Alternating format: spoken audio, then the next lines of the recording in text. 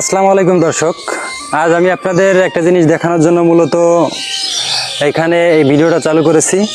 তো এই যে দেখতে পারতেছেন, এটা হচ্ছে মূলত শশার চারা। আমি এই চারা নিজে বাড়ি থেকে তৈরি করেছি। এটা হচ্ছে এই যে দেখতে পারতেছেন, একদম মিষ্টির মতো ছোট ছোট করে গোল্লা বানাইছি ফার্স্টে। এই গোল্লা বানায় পরে এর উপরে আলতো করে এই বীজগুলো রোপণ করে দিছি। আজ এই যে দেখতে পারতেছেন কত সুন্দর বীজ। এই বীজ আজকে আমরা ইনশাল্লাহ রোপণ করব। এই বীজের বয়স হচ্ছে টোটালে 3 দিন আজকে।